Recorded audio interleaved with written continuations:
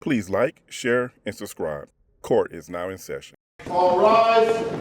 There are so many threats around the world. In another serious escalation here in the Middle East tonight, Iran has launched a barrage of missiles towards Israel on the same day that Israel launched a ground invasion into southern Lebanon against Hezbollah. Well, across Israel just a few hours ago, the sound of sirens were heard. People ran for cover in bomb shelters, and the sight of bright flashes and explosions were seen in the sky. Now, Israel has said that the attack will have consequences. Iran has said that if Israel retaliates, its response would be, in its words, crushing and ruinous. Well, the Israel Defense Forces said around 180 missiles were launched towards Israel this evening.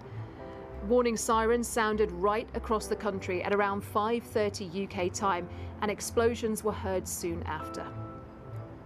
Now, those missiles were fired across huge swathes of Israel, including towards Tel Aviv and Jerusalem. The unthinkable for many Russians is now a reality. Their homeland invaded. Ukraine is seizing the initiative and new territory. From the air, Kyiv hits vital targets. Over the weekend, it destroyed 2 key Russian bridges. On the ground, these Ukrainian troops ambush several Russian soldiers. Surrender and come out, they command, capturing some of them. Kyiv's surprise attack is boosting the country's morale after months of losing ground in the east. The freedom of the seas is under threat. A show of force in the Pacific. Launch an aircraft, shoot them. Unlike the world has ever seen. It's as frightening as it is exhilarating. But will China get the message? Doesn't really matter in the real war situation. And threats right here at home. In an FBI and Secret Service briefing with members of the Senate, troubling revelations about the hour before a 20-year-old gunman opened fire on former President Donald Trump. Senators learned that he was identified as being suspicious and photographed more than an hour before the shooting. According to multiple sources familiar with the briefing, a detailed timeline was shared with senators. At 5:51 p.m., Pennsylvania State Police notified Secret Service of a suspicious person with a rangefinder. 5:53, the Secret Service notified its snipers. At 6:02, Trump takes the stage. At 6:09, people in the crowd saw Thomas Crooks on the rooftop and shouted to law enforcement. Right here! And 2 minutes later, shots are fired. Tonight, the Secret Service opens fire on a suspected gunman while former President Trump was golfing. The FBI calling it a possible assassination attempt. Mr. Trump is safe and unharmed. The Secret Service rushing him to safety. Authorities saying the suspect had an assault-style rifle and had these 2 backpacks. The photos of police pulling him over and taking him in. What we're learning about the Secret Service response just months after the failed assassination attempt in Butler, Pennsylvania. Speaking of the economy, for the first time in nearly 50 years, dock workers are walking the picket lines, and it's a strike that could shake our economy and now the presidential race. No contract! No work! Thousands of dock workers walked off the job, demanding a better contract. Those greedy companies are making billions of dollars, and they don't want to share. That's why we're out here now fighting for a contract. At more than a dozen ports along the East and Gulf Coast, striking workers are demanding higher wages and protections from automation replacing workers. The strike impacts nearly half of the nation's imports and 2/3 of containerized exports. If it drags on, it could snarl the nation's supply chains, leading to shortages and reigniting inflation. North Carolina is cleaning up from the worst flooding ever on record for the state. More than 100 people are dead from Helene, a number that's still expected to rise. Hundreds more are missing, and roughly 2.1 million customers are without power across the region. New drone video shows just how bad the situation is in Asheville. The city's now isolated after roads leading there flooded and cell towers were knocked down. One emergency official calls it biblical devastation. But there is something brewing behind the smoke screen that's being laid right before our eyes. A storm no one is talking about will change you, your family, your community for years to come. And if you're not prepared, the pain may be unbearable. I believe time is running out. that it is just 30 seconds before midnight and the greatest financial crisis in history is just around the corner. In this video, I'm going to show you why it's going to be the greatest financial crisis in history. The Federal Reserve is bankrupt. They went bankrupt in September of 2022, and they've been running on fumes ever since. But they no longer make a profit, and since September of 2022, they are so bankrupt that they have been writing IOUs to the U.S. Treasury. Generally speaking, it's the things that go unseen and the words that go unspoken that end up hurting us the most. We are having to consume on a daily basis more and more tragedies, and they serve to distract us from the man-made economic storm. And all of the aforementioned smokescreens will be the excuse used to explain why we're in that storm and provide cover for the inevitable quote-unquote solution that will devastate our economy and most of our lives. But not everyone's life. And here is where you should pay careful attention. To be sure, everyone is going to have to take a bite out of this feces-laced sandwich as the powers that be transition us from one monetary system to another. It happened in the 1930s. What led to the Wall Street crash of 1929, and could it have been prevented? How did a decade of prosperity and innovation come crashing down in a single day? Was it greed, overconfidence, or simply bad luck that caused billions to disappear in hours? What role did easy credit and speculative investments play in this financial catastrophe? And how did a stock market crash in the United States set off a chain reaction of global economic turmoil? As we explore the causes and consequences of this historic event, what lessons can be learned from the Great Depression it unleashed? The Wall Street crash was a pivotal event of the 20th century, marking an end to the Roaring Twenties and plunging the world into a devastating economic depression. Again in the 1970s, the strength of a nation's currency is based on the strength of that nation's economy. And the American economy is by far the strongest in the world. Accordingly, I have directed the Secretary of the Treasury to take the action necessary to defend the dollar against the speculators. I have directed Secretary Connally to suspend temporarily the convertibility of the dollar into gold or other reserve assets, except in amounts and conditions determined to be in the interest of monetary stability and in the best interest of the United States. Temporarily? Really? There is nothing more permanent than a temporary governmental program, at any rate. Very few people understood what that meant at the time, but we are all about to find out that this move by Nixon doomed the dollar to failure.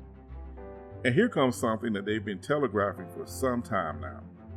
Central bank digital currency is, of course, a form of fiat issued by central governments that is programmable, so governments can decide which transactions can and can't be made, and governments will also be able to monitor every single transaction made. And that is a full surveillance economy. And I mean, China's really been leading the way with that. Via a central bank digital currency, which is programmable, and the government can see every single transaction that anybody makes. And it's not, yes, they can see it and they can also control it because it is programmable. So they can determine where you spend it, what you spend it on, how long a life it has. And the scary part for me is that they have been redefining, they meaning the central banks, have been redefining what money is. The politicians and the international bankers that run the Federal Reserve is maneuvering us into a new system that will replace the dollar. And if you aren't prepared, you'll feel steamrolled, confused, frustrated, and very, very mad. Because at some point, most people will realize it was a deliberate effort on the part of the powers that be. But the late realization will only allow for an emotional response instead of a practical response that will protect you and your family from the deprivation they have planned. Everywhere you look these days, it feels as though some sinister organization is trying to trick you into eating bugs. It feels like a schoolyard prank we might have pulled in our younger years, but now the government and the globalists, they're the ones pranking us. For example, here's the World Economic Forum. 5 reasons why eating insects could reduce climate change. Our consumption of animal protein is the source of greenhouse gas and climate change. Insects are an overlooked source of protein and a way to battle climate change. The consumption of insects can offset climate change in many ways. We've been conditioned to think of animals and plants as our primary sources of proteins, namely meat, dairy, and eggs, or tofu, beans, and nuts. But there's an unsung category of sustainable and nutritious protein that has yet to widely catch on: insects. Before you say yuck, hear us out. You know what? Hard no. Do you think that Klaus Schwab, the Bond villain head of the World Economic Forum, is eating bugs, or is he laughing while others do? At the same time, around the world, we are seeing attacks on meat farmers. Canada just backed off of a plan to label ground meat as bad for your health after a huge pushback from industry and consumers, thank goodness. And farmers are protesting right now in the Netherlands after the government told them they basically have to cull 30% of their livestock to meet carbon emissions goals. It's a bizarre scheme that will drive up the price of real meat, leaving it out of the price range for normal Dutch people. But that's okay, because while the rich elites eat the steak only they can afford, Dutch people feeling the crunch of grocery store prices can just eat crickets, like their labradoodles. Now here's one thing these anti-nutritional cricket pusher globalists don't want you to know. Insects are dangerous to eat, not just to the people weird enough to consume them. I knew when you said trendy protein bars, there was something that made it trendy. But to the unwitting farmers that exist near the cricket ranches. This is from the National Library of Medicine in 2019. Bear with me. Will you indulge me as I read this? Because you're not going to see this anytime somebody else tells you it's your civic duty to malnourish yourself, eat bugs, live in a pod, and self-sterilize. A parasitological evaluation of edible insects and their role in the transmission of parasitic diseases to humans and animals. Parasites? Have fun with that. And thank you, Rebel News, for that video insight. All of this is just steps away from my door right now. I started writing about this and producing videos about these topics right around 2018, maybe a little bit earlier than that, with few people, if any, paying any attention to the warning. But now it's at hand, and there is precious little time left for procrastination. Remember the montage from the beginning of this video? Can you not see the world is collapsing in on itself? There is a worldwide effort to pull the wool over your eyes because this economic reset is worldwide. The meltdown is global because the debt is global. The world is in for a huge reckoning. Now, there's a lot going on, but there's no need to despair if you prepare. We've had the pleasure of living through supply issues, and now the potential from these on-again, off-again port strikes could make that look like child's play. Banks failing due to illiquidity, empty grocery store shelves, power outages, fuel shortages. These are likely scenarios, and if you're thinking I'm being a bit too cynical, a little over the top, well, you go ahead and roll the dice. But you won't be able to say you weren't warned or how you couldn't have known it was going to happen. It's time for you to get a few weeks worth of food and water, some fuel, a grill, the ability to protect yourself from those who become depraved. They become depraved enough to attack or steal. Get with and communicate with like-minded people who will watch your back and whose back you could watch. And secure a means to barter when no one wants or accepts dollars anymore. You could barter with things like gold or silver. Gold and silver is God's money and was put on this earth to facilitate honest exchanges based on honest prices, without much need for borrowing, which is the opposite of this satanic debt-based monetary policy that has made debt slaves out of almost every one of us. But this is our time to break free.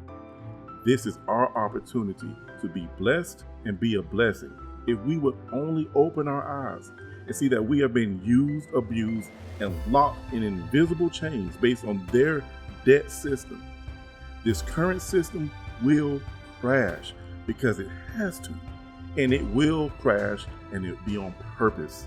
The smoke screen is so you don't point the finger at them.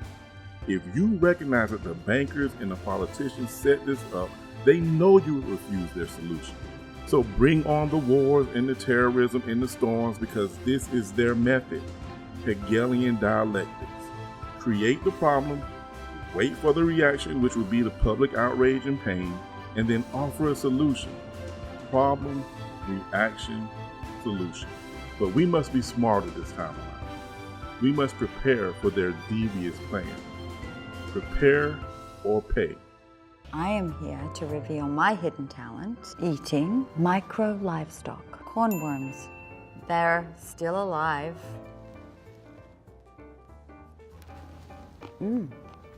Extraordinary. Very moist, chewy. Can't quite describe the flavor, but let's try this. 2 billion people in the world eat bugs, and I'm one of them. Here we have. Oh, crickets. Oh, nothing. Oh. Like a hairy nut. For dessert, the fried grasshopper. These are amazing. Grasshoppers. I recommend them. Thank you for spending so much time with me. And Nasty. Let those people eat the bugs. I'll stick to the meat and veggies. Thank you very much. Family on Trial.